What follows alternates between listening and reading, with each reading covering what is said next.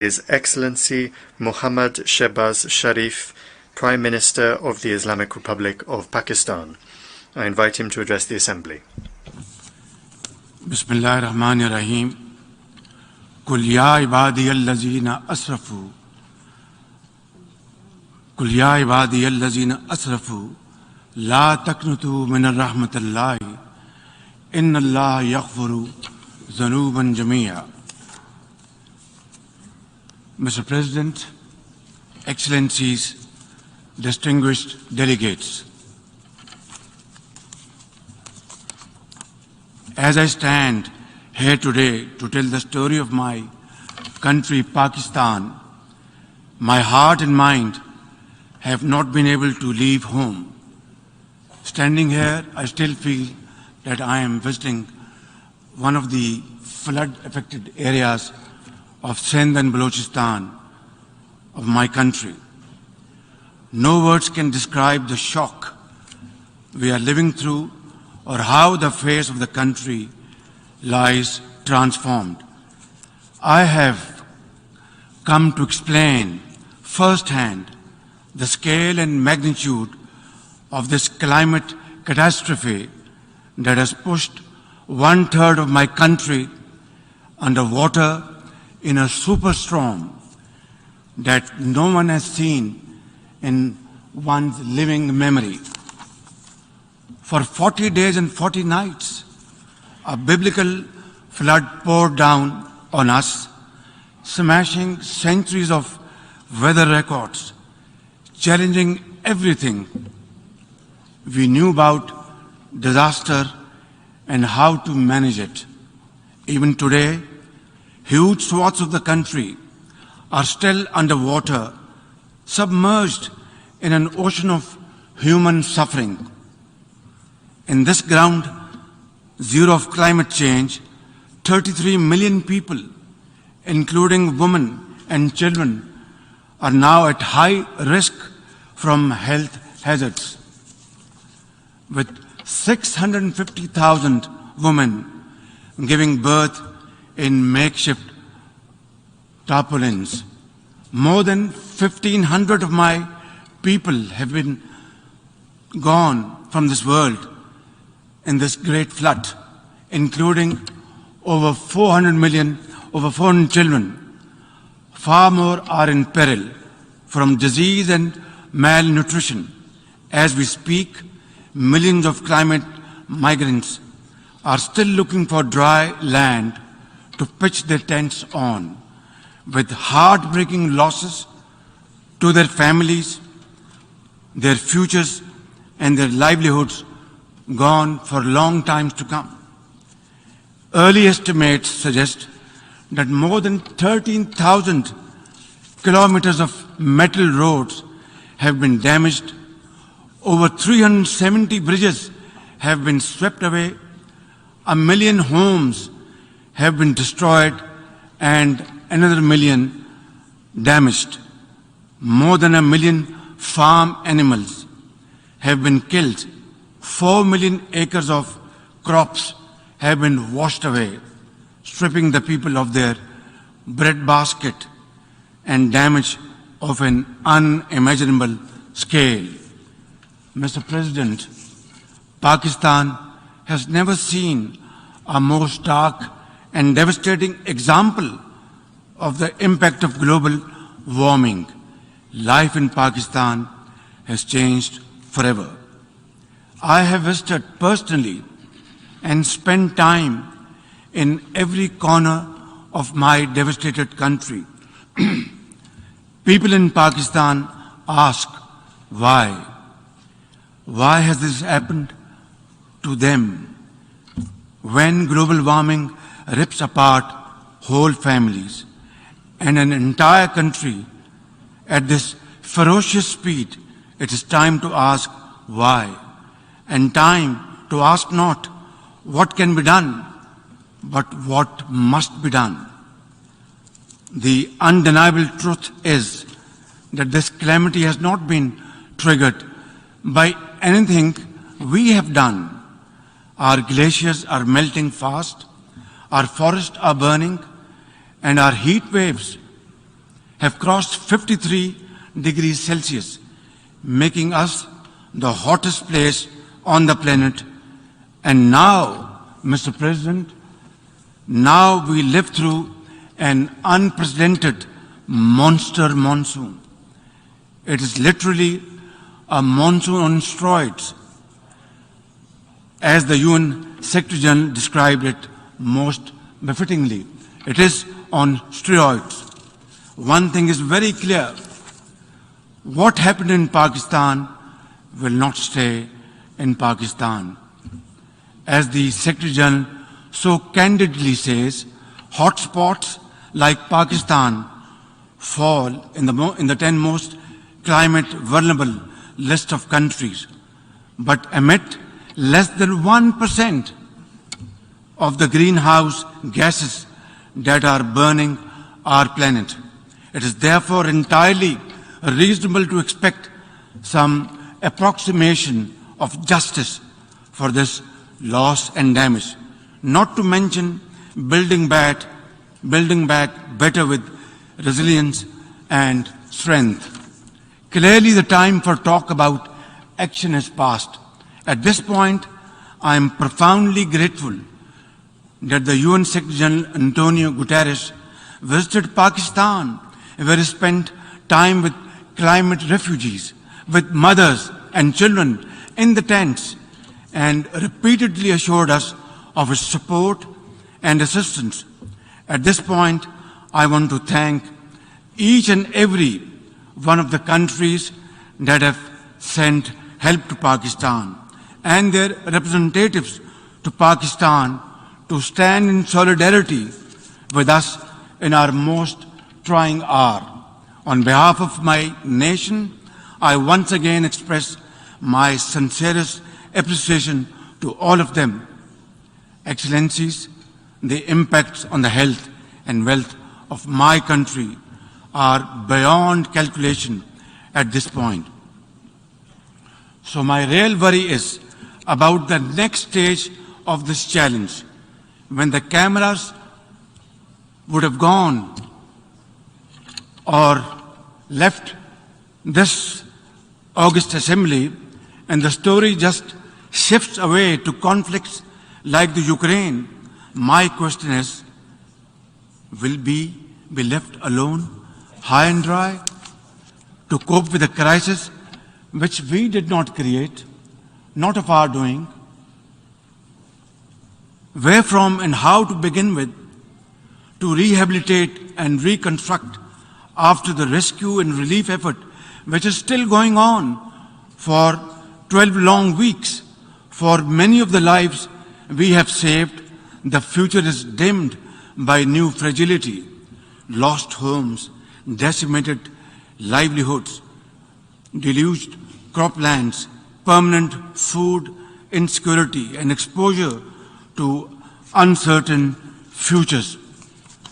Some 11 million people will be pushed further below the poverty line, while others will drift to cramped urban shelters, leaving little room for climate-smart rebuilding. Mr. President, for now, we have mobilized all available resources at our domain, squeezing resources from left and right towards the national relief effort, and repurposed all budget priorities, including development funds, to the rescue and first-order needs of millions. Cash transfers to the most affected 4 million women, heads of household, had begun weeks ago via our social security program, the Benazir Income Support Program.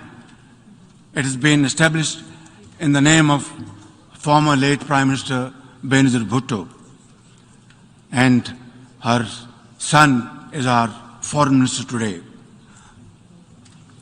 70 billion rupees, or almost $300 million from our own pocket we are spending on this program. But at this point, the gap between our urgent needs and available resources is increasing by the day and amplified by the sheer unprecedented scale of this disaster. Our manpower and resources are totally overwhelmed and overstretched. The question to raise here is quite simple. Why are my people paying the price of such high global warming through no fault of ours? We have no contribution in this. Nature has unleashed her fury on Pakistan without looking at our carbon footprint, which is next to nothing. Our actions did not contribute to this. The dual cost of global inaction and climate injustice are having a crippling effect on both our treasury and our people, right here, right now, over there. Mr. President, this is going to be a long haul, and under these most trying circumstances, hope is the best enemy of darkness. And Pakistanis are known to be exceptionally resilient people. For my part, I am fully committed, fully geared to fighting this battle for our survival in the tents, in the trenches with my people until we have rebuilt Pakistan to face the growing challenges of this century. It is high time we took a pause from the preoccupations of the 20th century to return to the challenges of the 21st century. The entire definition of national security has changed today, and unless the leaders of the world come together to act and act now on an agreed common agenda, there will be no earth to fight wars over. Nature will be fighting back, and for that, humanity is no match at all. Mr. President, Pakistan's urgent priority right now is to ensure a rapid economic growth and lift millions out of poverty and hunger. To enable any such policy momentum, Pakistan needs a stable external environment. We look for peace with all our neighbors, including India. Sustainable peace and stability in South Asia, however, remains contingent upon a just and lasting solution of the Jammu and Kashmir dispute. At the heart of this long-standing dispute lies the denial of the inalienable right of the Kashmiri people to self-determination. India's illegal and unilateral actions of 5th August 2019 to change the internationally recognized disputed status of Jammu and Kashmir and to alter the demographic structure of the occupied territory further undermined the prospects of peace and inflamed regional tensions. India's ruthless campaign of repression against Kashmiris has continued to grow in scale and intensity. In pursuit of this heinous goal, New Delhi has ramped up its military deployments in occupied Jammu and Kashmir to 900,000 troops, thus making it the most militarized zone in the world. The serial brutalization of Kashmiris takes many forms: extrajudicial killings, incarceration, custodial torture and death, indiscriminate use of force, deliberate targeting of Kashmiri youth with pellet guns, and collective punishments imposed on entire communities. In a classic settler colonial project, India is seeking to turn the Muslim-majority Jammu and Kashmir into a Hindu territory through illegal demographic changes. Millions of fake domicile certificates have been issued to non-Kashmiris. Kashmiri land and properties are being seized. Electoral districts have been gerrymandered, and over 2.5 million non-Kashmiri illegal voters fraudulently registered. All this is in blatant violation of Security Council's resolutions and international law, particularly the 4th Geneva Convention. For our part, the Pakistani people have always stood by our Kashmiri brothers and sisters in complete solidarity and will continue to do so, no matter what, until their right to self-determination is fully realized in accordance with the relevant UN Security Council resolutions. I assure the World Forum and this august platform that we in Pakistan remain consistent in our commitment to peace in South Asia. India must take credible steps to create enabling environment for constructive engagement. We are neighbors and we are there forever. The choice is ours, whether we live in peace or keep on fighting with each other. We have had 3 wars from 1947 onwards, and as a consequence, only miseries, poverty, unemployment increased on both sides. It's now up to us to resolve our differences, our problems, our issues, like peaceful neighbors through peaceful negotiations and discussions, and save our scarce resources for promoting education and health and employment to millions of people, young boys and girls on both sides of divide, and not waste our resources in buying more ammunition and trying to promote tension in this area. I think it's high time that India understands this message loud and clear, that both countries are armed to the teeth. War is not an option. It is not an option. It is not an option. Only peaceful dialogue can resolve these issues so that the world become more peaceful in times to come. Mr. President, Afghanistan today presents a unique challenge. 30 million Afghans are left without a functional economy.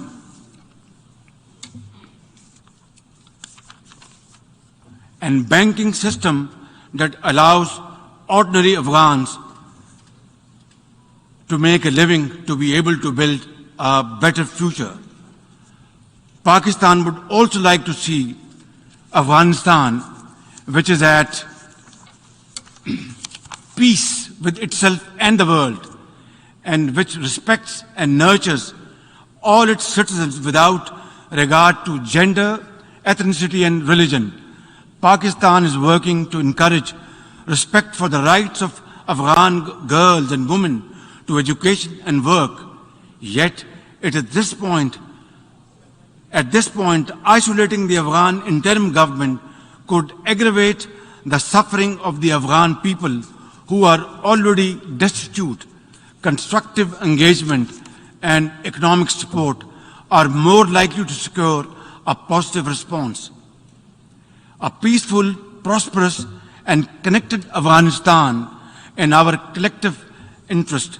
As a neighbor, Pakistan has a vital stake in peace and stability in Afghanistan. We have led the humanitarian efforts to help our Afghan brothers and sisters. We must avoid another civil war, rising terrorism, drug trafficking, or new refugees, which none of Afghanistan's neighbors are in a position to accommodate. Pakistan urges the international community to respond in a positive way to the UN Secretary General's appeal for $4.2 billion in humanitarian and economic assistance to Afghanistan. Release Afghanistan's financial reserves, essential to revive its banking system. Pakistan shares the key concern of the international community regarding the threat posed by the major terrorist groups operating from Afghanistan, especially ISIL-K and Tehreek-e-Taliban Pakistan, as well as Al-Qaeda, ETIM, and IMU. They all need to be dealt with effectively and comprehensively with the support and cooperation of the interim Afghan authorities. In turn, the international community should address Afghanistan's dire humanitarian needs. Mr. President, Pakistan strongly condemns terrorism in all its forms and shades and manifestations. Terrorism does not have a religion, ladies and gentlemen. It is based on dogma, fueled by poverty, unemployment, deprivation, injustice, and ignorance, and fanned by vested interests. Pakistan is the principal victim of terrorism. Over the last 2 decades, we have suffered more than 80,000 casualties and over $150 billion in economic losses due to terrorist attack. Our armed forces, with the support of our people, mothers, traders, students, teachers, engineers, doctors, have broken the back of terrorism within Pakistan, yet we continue to suffer terrorist attacks from across our borders, sponsored and financed by our regional adversary. We are determined to defeat such cross-border terrorism. And I must say loud and clear that the amount of sacrifices Pakistan has made to defeat terrorism over the period of time has been unprecedented in the contemporary history of Pakistan. I tell often to my friends, if you see somebody, a mother or a child or a boy limping on the streets of Pakistan, maybe he was a victim of terrorists years back. That is the kind of sacrifice Pakistan has paid. Our generals, our soldiers, our doctors, mothers, teachers, students, and traders, they all paid their lives for Pakistan's well-being and defeated terrorism. And this peace which was restored back in Pakistan after great sacrifices is not only for Pakistan, it is a peace for global countries and global community. And we are very proud of it. And this is the biggest manifestation of our commitment, our concern, and our continued efforts to defeat terrorism wherever it is. Mr. President, Islamophobia is a global phenomenon. Since 9/11, suspicion and fear of Muslims and discrimination against them have escalated to epidemic proportions. The officially sponsored campaign of oppression against India's over 200 million Muslims is the worst manifestation of Islamophobia. They are subjected to discriminatory laws and policies, hijab bans, attacks on mosques, and lynchings by Hindu mobs. I am particularly concerned by the calls for genocide against India's Muslims by some extremist groups. Earlier this year, this Assembly adopted a landmark resolution introduced by Pakistan on behalf of the OIC, designating 15th March as the International Day to combat Islamophobia. It's my sincere and ardent hope that this should lead to concrete measures by the UN and member states to combat Islamophobia and promote interfaith harmony. Mr. President, Pakistan is deeply concerned by the numerous conflicts across the Middle East, including in Syria and Yemen. We support all possible efforts to promote their peaceful resolutions. We call on Israel to put an immediate end to the blatant use of force and flagrant violations of human rights of the Palestinian people and the repeated desecration of the holy Al-Aqsa Mosque. The only just, comprehensive, and lasting solution of the Palestinian question is the acceptance of a viable, independent, and contiguous Palestinian state with the pre-1967 borders and Al-Quds Al-Sharif as its capital. Mr. President, the Security Council and the General Assembly must be empowered to play their respective roles under the UN Charter. The Security Council must be expanded by adding 11 new non-permanent members to make it more representative, democratic, transparent, effective, and accountable. Adding new permanent members will paralyze the Council's decision-making, enlarge its representational deficit, and create new centers of privilege in violation of principle of sovereign equality of member states. The nations of the world must step back from the precipice. We must restore peace in Europe, avoid a war in Asia, and resolve festering conflicts across the world. We must revive the vision which created the United Nations, a vision which is often blurred by national interest and hegemonic designs. Pakistan is a partner for peace. But, Mr. President, peace can only be ensured and guaranteed when rights of communities who have been suffering over decades and subjugated over decades get their freedom, earn their freedom, and are respected.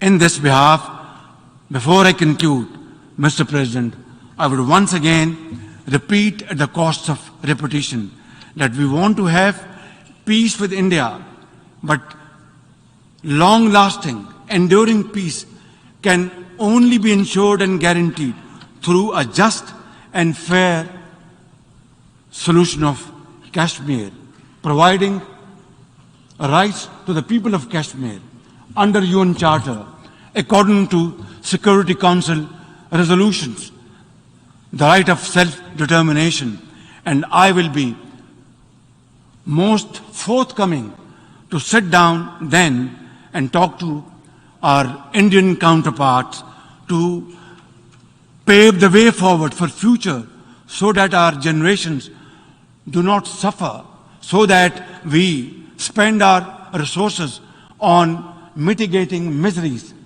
on building structures to face these floods and outbursts of clouds. We are developing societies. We don't have unlimited resources.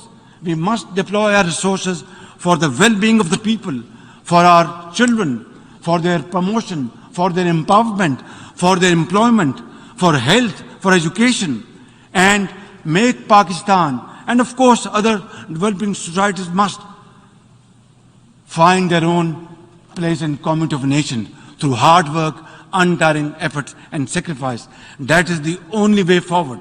Therefore, we will work with all those committed to the United Charter's principles to restore the vision which created the United Nations and to equip this organization with the capacity to preserve global peace and promote universal prosperity. I thank you. Ating minha Assembly. On behalf of the Assembly, I